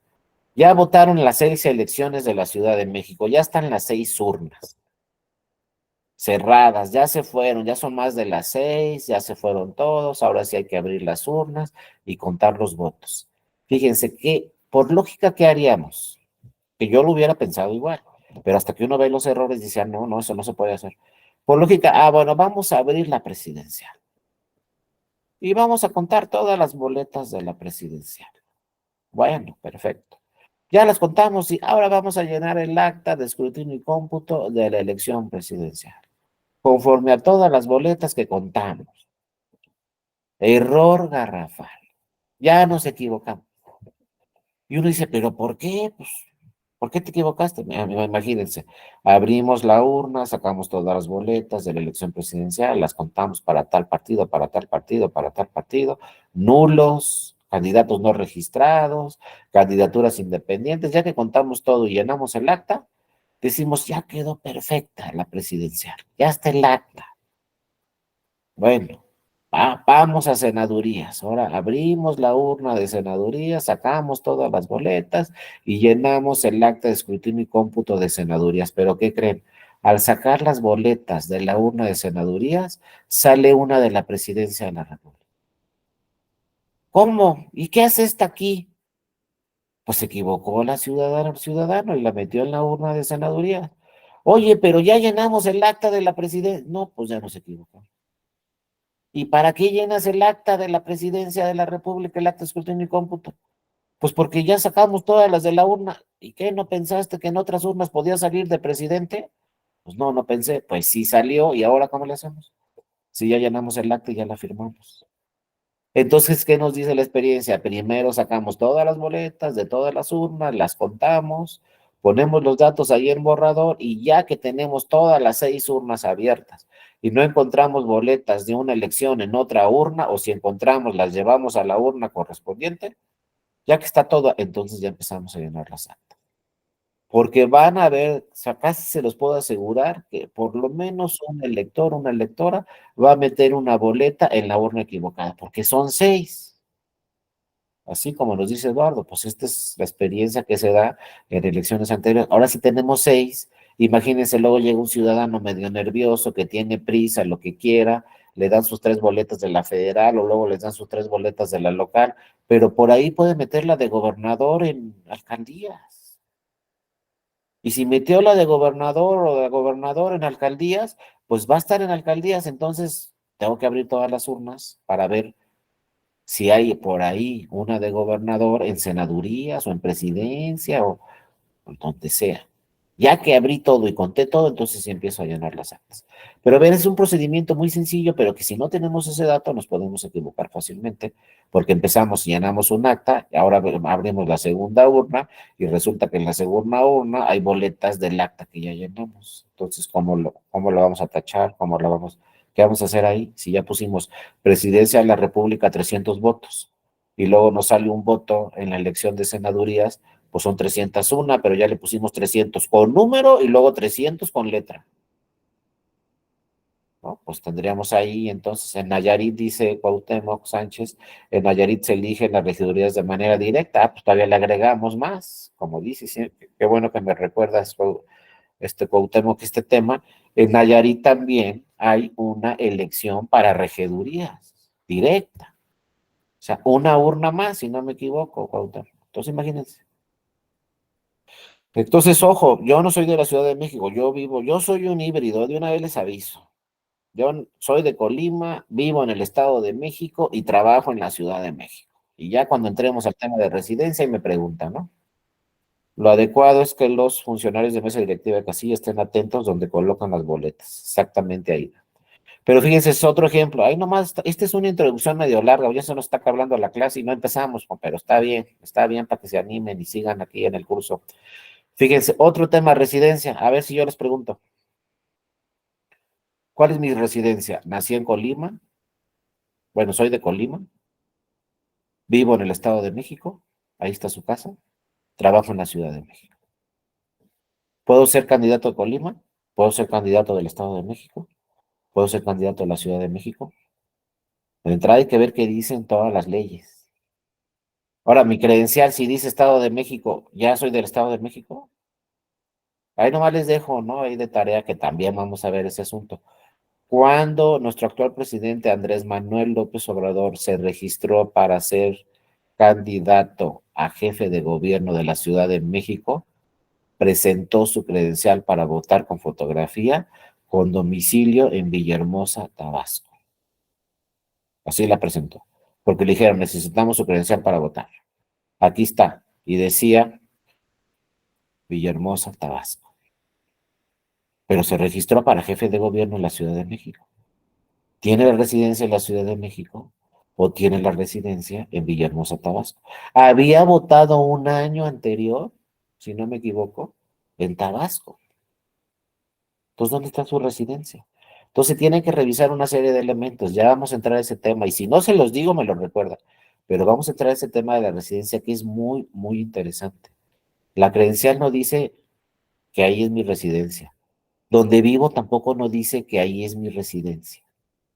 Y hay muchos asuntos interesantes del tribunal que explican ¿para qué nace la residencia? No me voy a meter al tema porque entonces cuando hable de residencia ya no me van a hacer caso, pero nada más les digo dos cosas muy importantes de la residencia. La ley lo exige para determinar que se cumplan con determinados elementos. Por ejemplo, si ustedes o yo queremos ser magistrados o magistrados de circuito, porque ahorita somos jueces de distrito o juezas, imagínense. Ah, pues ¿qué sigue? Ah, ya soy juez de distrito, ahora quiero ser magistrado de circuito. Ah, muy bien, pues voy a competir, voy a hacer mis exámenes, todo lo que quieran. Y saben que no me piden residencia. El Consejo de la Judicatura Federal me dice, ¿vas a competir para magistrado de tribunal colegiado? Muy bien, compite. Pero ¿qué puedes quedar en cualquier tribunal del país? No se exige, es más, nos dicen, si no tienes residencia en esa ciudad, mejor que nadie te conozca. Para que luego no tengas que decir, no, me excuso de este asunto, porque el que vino aquí y presentó la demanda es mi compadre. Yo bauticé a su hijo. Entonces te tienes que excusar. No, me excuso porque es mi primo. No, entonces lo que más conviene es que no seas de ahí, para que no conozcas a nadie. Ah, pero si quiero ser presidente municipal o regidor o síndico, no, hombre, tienes que tener la residencia. Entonces, ¿cuáles son las distinciones? ¿Para qué? ¿Por qué un cargo de magistrado no pide residencia de un tribunal colegiado y por qué un cargo de regidor en un municipio muy pequeño, si ustedes quieren, sí me piden residencia? Vamos a ver todos esos elementos, ¿no? Y hay un caso muy interesante del de Oaxaca que lo vamos a explicar también muy bien cuando nos llegue este tema de residencia, porque ojo, ya que gané la elección, van a revisar si cumplo con los requisitos de elegibilidad. Y uno de esos requisitos es residencia, y esos requisitos se revisan, de elegibilidad se revisan dos veces cuando me registro, pero luego se vuelven a revisar si gano la elección. Entonces a lo mejor puede ser también que cuando me registré cumplía con los requisitos, pero cuando gané la elección ya no cumplía. ¿Y por qué pasa eso? También vamos a ver varios ejemplos de ese tipo de candidaturas. Y luego en senadurías es otro verdadero enredo, ya lo vamos a platicar. Pero en México, bueno, si por ahí hay un compañero en alguna entidad federativa que también suceda, que no me acuerdo, pero creo que no. En México, en senadurías, es la única elección, senadurías, donde el segundo lugar también llega al Senado de la República. El que quedó en primer lugar entra al Senado de la República. Pero el que quedó en segundo lugar también entra al Senado de la República. Por eso casi todos los expertos en política, los diputados y senadores y senadoras y presidentes municipales y gobernadoras, les encanta que les den esa candidatura. Son la que más buscan. La senaduría porque dicen, si no llego en primer lugar, pero llego en segundo, también entro al Senado, pues está todo dar, ¿no? Pues sí, es la mejor. Porque en diputaciones o gano o pierdo, no hay de otra. Pero en senaduría, si quedo en segundo lugar, también voy a entrar. Ya luego vamos a ver qué segundo lugar es el que entra, cómo entra, cuáles son las condiciones. Pero ahorita que estamos en un sistema, bueno, que no me oigan los de Movimiento Ciudadano, ¿no? Porque se van a enojar. Pero ahorita que estamos en un sistema prácticamente de dos coaliciones, pues si voy en la coalición de Morena, pues a lo mejor gano como están las estadísticas, ¿no? Como quien dice, ya gané. No, no es seguro, pero bueno, pensemos. Pero si voy en la senaduría de la coalición opositora, pues a lo mejor lo más seguro es que quede en segundo lugar y entonces también voy a entrar. Oye, pues está todo dar. Por eso también asunto lo vamos a revisar, ¿eh? Ojo, con que se dice que va a haber mayoría, o sea, que se va a cumplir con el plan C. ¿Qué dice el plan C? Que va a haber mayoría de Morena después del 2024 en senadurías y en diputaciones, que Morena y sus aliados van a tener las dos terceras partes, o sea, mayoría calificada. Eso se dice. Pero ojo, puede ser, si todos votan por Morena, quizá se tengan las dos terceras partes para reformar la Constitución, Morena y sus aliados. Pero ojo, no es tan sencillo, porque en el Senado de la República va a haber ahí 32 senadurías que quedaron en segundo lugar. Entonces, no todos los senadores y senadoras del Senado de la República pueden ser de un partido sus aliados, porque los que quedaron en segundo lugar también van a estar ahí. Pues ya no está tan fácil tener las dos terceras partes. Por eso nació la figura del segundo lugar, porque dijo el Poder Legislativo, oye, pues para que en el Senado de la República no sean todos del mismo partido y sus aliados, pues vamos a crear la figura de la primera minoría para que también entren los que queden en segundo lugar y también en el Senado de la República representados los que están en segundo lugar. Y la ciudadanía votó por ellos. Y luego viene la tercera figura, que también la vamos a estudiar y ahí nos podemos comentar varios temas muy interesantes, pues la figura de representación proporcional, que a muchas personas no les gusta nada porque dicen, pues estos ni hicieron campaña, ni compitieron, ni nada. Casi, casi si en mi partido me ponen en el número uno, pues ya estoy del otro lado, y no casi, casi, ya estoy del otro lado. Por ejemplo, ahorita en el 2024, si mi partido me dice, vas a estar en la lista de RP para el Senado de la República como número uno, ¿saben qué? Ya llegué, ya soy senador. ¿Y qué hice? Nada, nada más me puso mi partido. Y viene el primer cuestionamiento, ¿quién te puso de tu partido? ¿La dirigencia? ¿Eso está bien o está mal? ¿La militancia? ¿O quién decidió quién es el uno y quién es el 32? Eso hay que revisarlo, porque también el tribunal en muchas sentencias ha dicho, tienen que ser democráticos los procedimientos dentro de los partidos políticos. No puede ser una persona, le estoy diciendo entre comillas, ¿eh? No puede ser una persona la que diga este es el uno y este es el 32. Eso debe ser también, pues, en una votación interna dentro del partido. Así debería de ser, ¿eh? Yo no les digo en qué partido sí es y en cuáles no. Nomás les voy a platicar una experiencia, ¿no? Ya casi, casi con esto terminamos la sesión de hoy, pero los quiero dejar así como en las películas. Antes, cuando yo era joven, hace muchísimos años, en las películas, luego por ahí había intermedios y uno se iba por las palomitas y regresaba y veíamos la segunda parte de la película. Así los voy a dejar, pues, para que estén en todas las sesiones, ¿no? No, pues fíjense, yo tuve la experiencia en el 2018 que por ahí encontré a una persona después del 2018 que era senador de la República. Bueno, todavía es senador de la República. Y me dijo, no, pues en mi partido, que es Morena, de una vez se los digo, en mi partido, pues sabes qué, pues aquí se decidió quién va a ser el uno y quién va a ser el 32.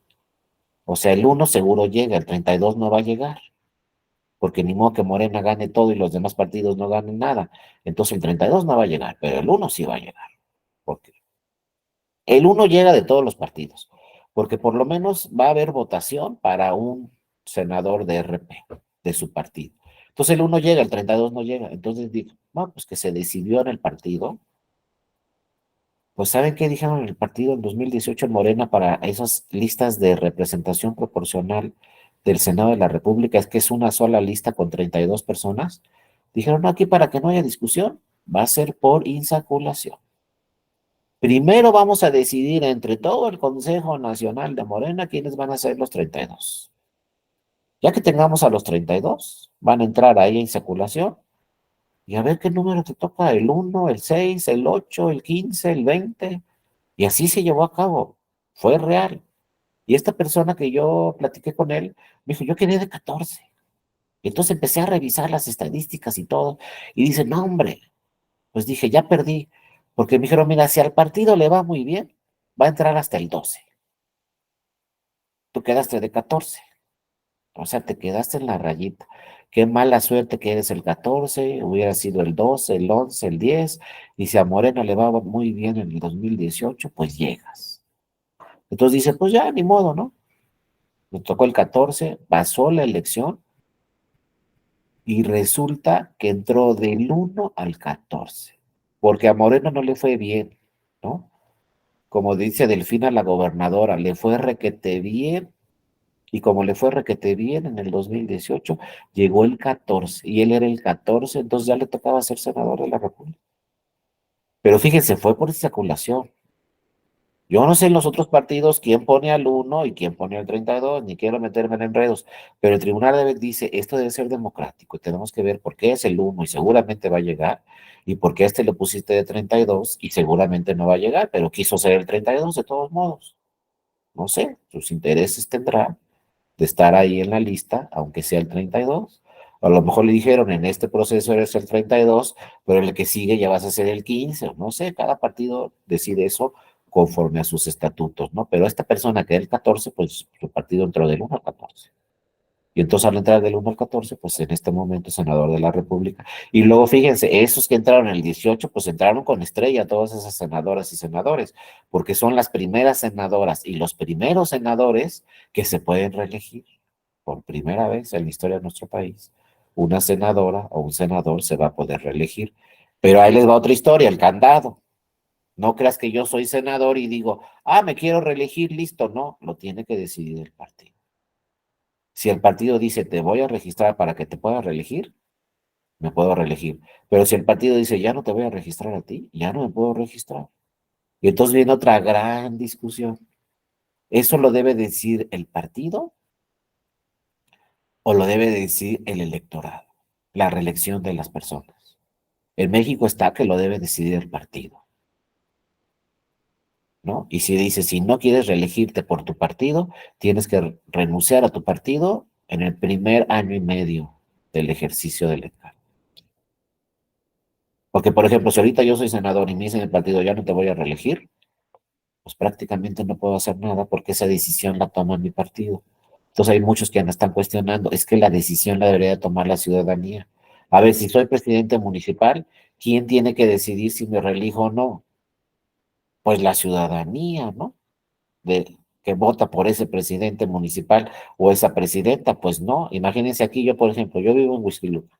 Ahorita tenemos una presidenta municipal. Y yo ando viendo, esa es otra plática que luego la vamos a tomar. Yo ando viendo ahorita, ¿no? Así, suena como si condicionaran la reelección, pues no suena, Eduardo. Ellos lo deciden los partidos, no la ciudad. Entonces les decía, miren, aquí, yo tengo presidenta municipal en este momento, aquí en Huixquiluca, ¿no? Estado de México. La que entró como diputada 250 por la paridad total en la Cámara de Diputados y bajaron a un nombre, aquí nos dice el compañero, a ver qué dice.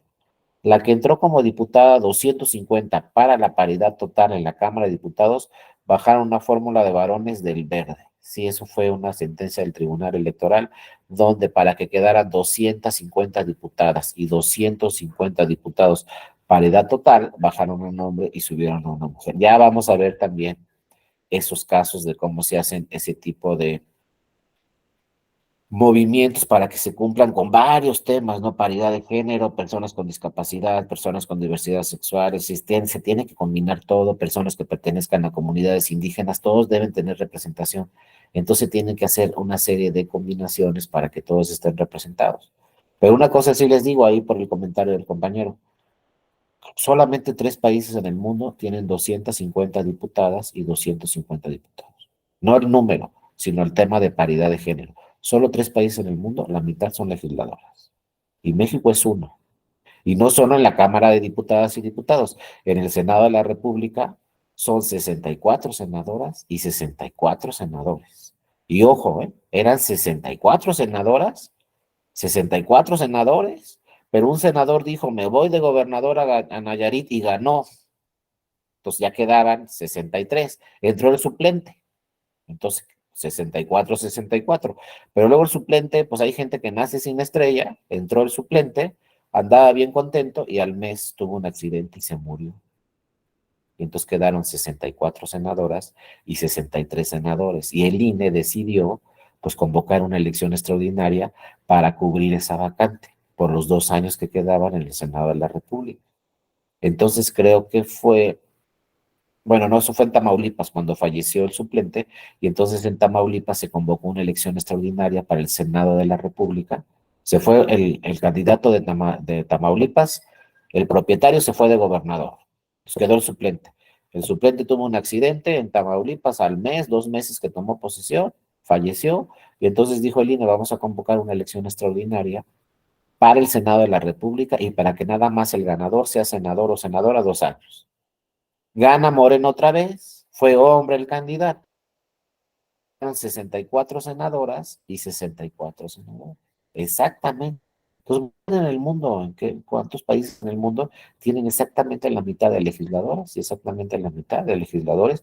Y son 3 países, y no crean que los avanzados, no son Alemania, ni Estados Unidos, ni Inglaterra, ¿no? Aquí nos dice Cuauhtémoc, el suplente senador de Nayarit fue impugnado por inelegibilidad, sí, también es otro caso muy interesante el de Nayarit, que fue impugnado, creo que había sido ministro de culto y no había renunciado en su tiempo.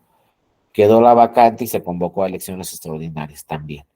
Lo que está haciendo el INE es, ¿no? Donde ganó una mujer, aquí fue, no fue en este año, Cuauhtémoc, creo que fue hace un año o dos, pero ahí, pues, 64 horas, 2021, sí, muchas gracias, Cuauhtémoc.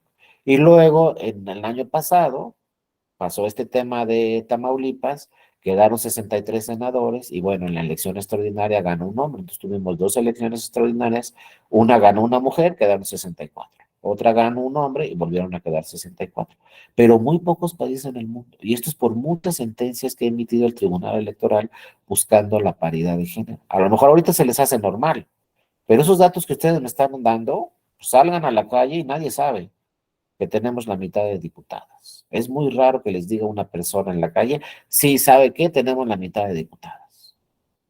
Muchas veces no saben ni cuántos diputados tenemos en el Congreso de la Unión. Son 500, pues 250 son diputadas. Senado de la República, son 128, 64 en este momento son senadoras. Y ahora viene este tema que les platicaba, el de la reelección. A ver cuántos se reeligen y cuántos no, pero eso lo va a decidir el partido. Y es algo que a mí también me mueve mucho. ¿Por qué lo decide el partido? Por ejemplo, yo les decía, aquí tengo presidente municipal. Yo sé si está haciendo bien las cosas o no, porque la sigo todos los días en redes sociales para ver qué anda haciendo, para emitir un voto informado y decir, bueno, me va a pedir la reelección esta presidenta municipal. ¿Voy a votar por su reelección o no? Pues tengo que ver qué hace todos los días, seguridad, atención a adultos mayores, programas sociales, hay que revisar todo. Hoyos en la banqueta, en la calle, no me asaltan, no me asaltan, tengo que revisar todo para ver si voto por ella o no. Pero fíjense, no lo va a decidir ella en primera instancia.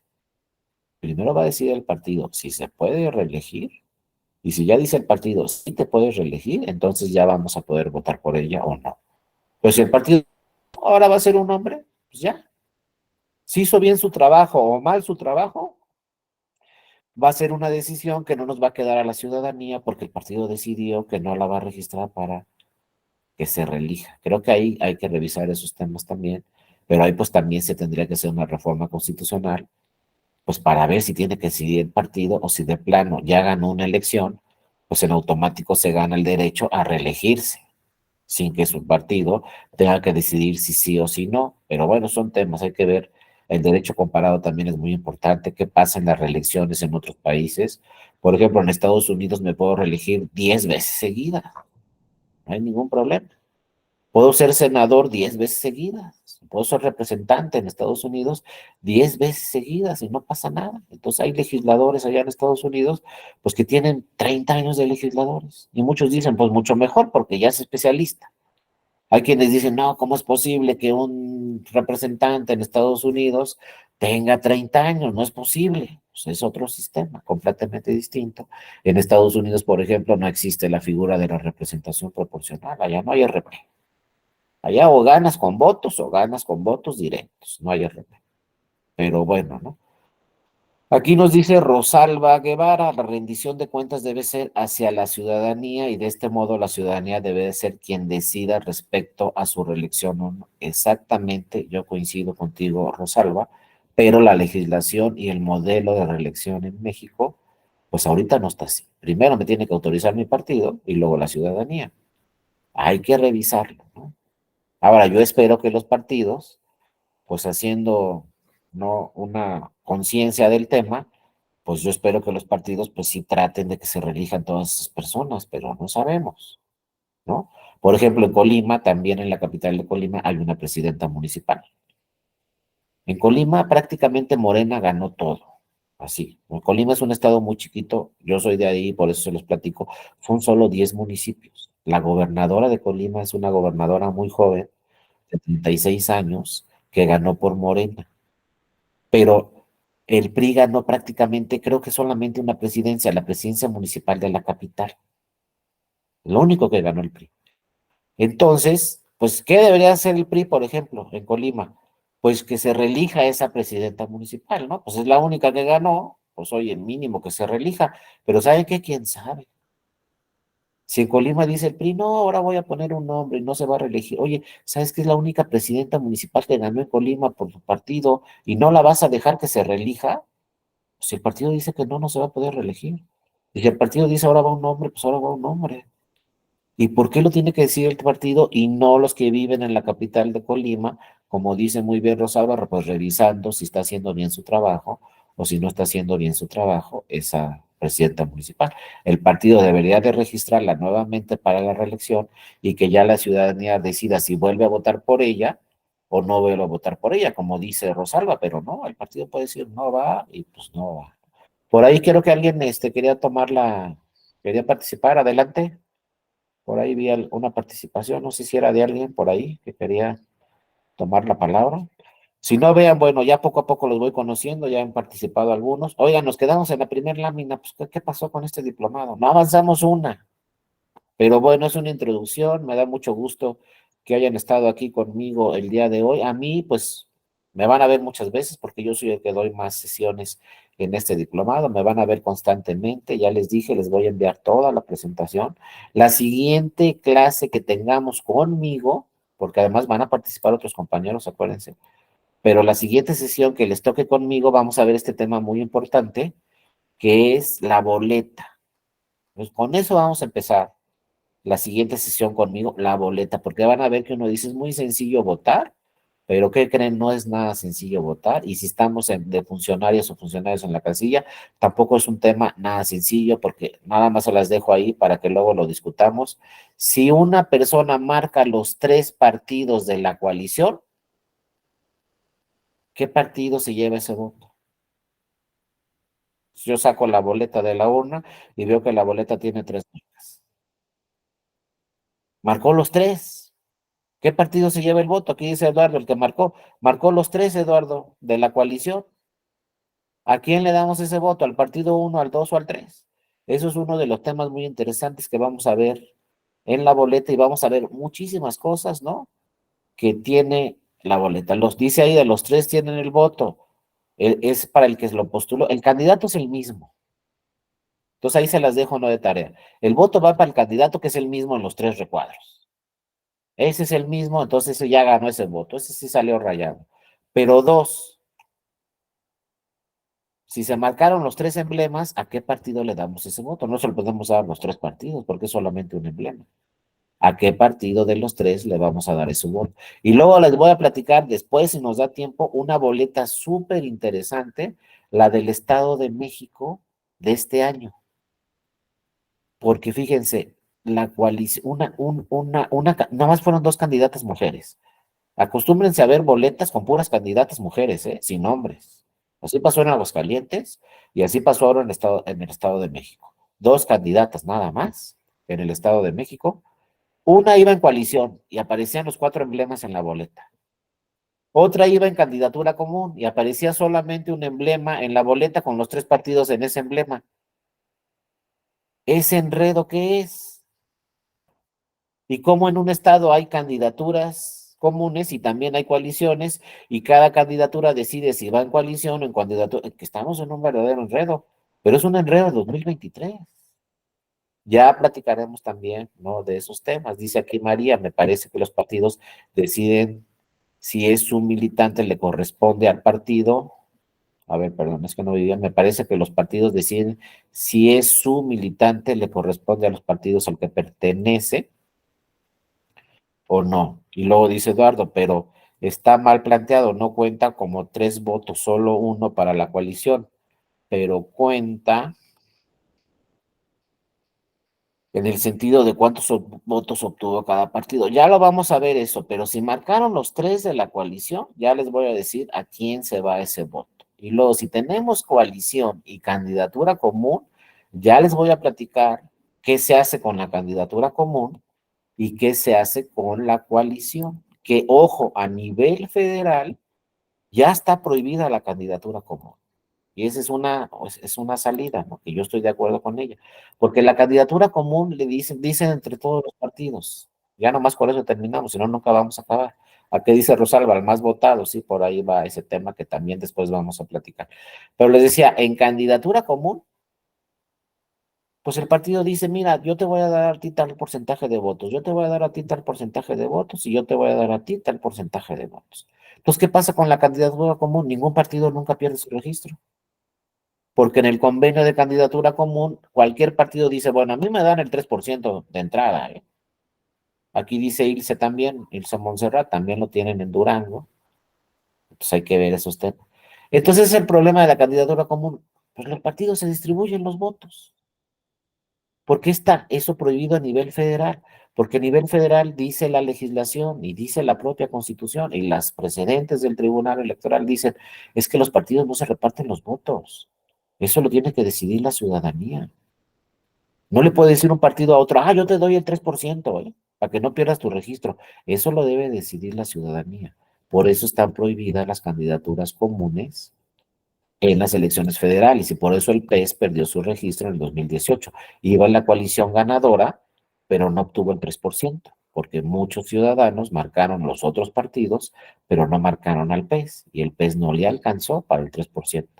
Se quedó muy cerca, 2.8, pero perdió su registro. Si hubieran ido en candidatura común, el PES nunca pierde su registro, porque los partidos firman un acuerdo y dicen, te voy a dar el 3% de todos los votos. Pero eso es inconstitucional, dice la Corte y dice el Tribunal, porque eso lo debe decidir la ciudadanía y no un partido firmando un convenio. Ya vamos a estudiar todo eso a fondo, pero ahí los dejo con dudas, les digo, para que pues nos veamos constantemente en esas sesiones. Bueno, por lo pronto, de verdad les agradezco a todas y a todos mucho su atención. Ojalá de verdad sea este diplomado de su interés. Cualquier duda, ya saben, la podemos comentar aquí en el chat o ahí estoy siempre a sus órdenes, estaré en mi correo electrónico con diplomado o sin diplomado. Cualquier duda que ustedes tengan en materia electoral, la vemos, la discutimos, etcétera, en mi correo electrónico. Si quieren esta presentación que no hemos empezado todavía, yo les digo, vamos avanzando y con todo gusto se las voy enviando. Toda la presentación es muy larga, pero es que es presentación que es para todo el diploma. Vamos a ver si todos los casos. Y acuérdense, ya me van conociendo, a mí me gusta ser muy práctico. Ya tendrán otros profesores muy teóricos, pero yo soy muy práctico y me gusta decirles, pues hay estos problemas y hay que solucionarlos así, ¿no? Pero de entrada les agradezco mucho a todas y a todos que hayan estado el día de hoy aquí conmigo. También le agradezco mucho al ingeniero Ken Hernández, es que le da seguimiento a esta presentación. Y como nos dicen como dicen en la tele, no se les pase. Nos vemos en la siguiente sesión a la misma hora en el mismo canal. Adelante, Víctor, te escuchamos. ¿Querías participar, Víctor? Y si no, bueno, les digo, nos vemos en la siguiente sesión a la misma hora en el mismo canal. No me gusta hacer cansadas también mis sesiones. Vamos a tratar de terminar en hora y media. Ahorita nos pasamos un poquito, pero van a ser más o menos de 7 a 8:30 las sesiones. Muchas gracias, que tengan un excelente, pues ya estamos hablando de fin de semana y nos vemos la siguiente semana con otras sesiones. Muchas gracias, cuídense mucho. Hasta luego, un abrazo a todas y todos. Hasta luego, Darío. Gracias por incorporarse. Gracias, Rosalba, abrazo.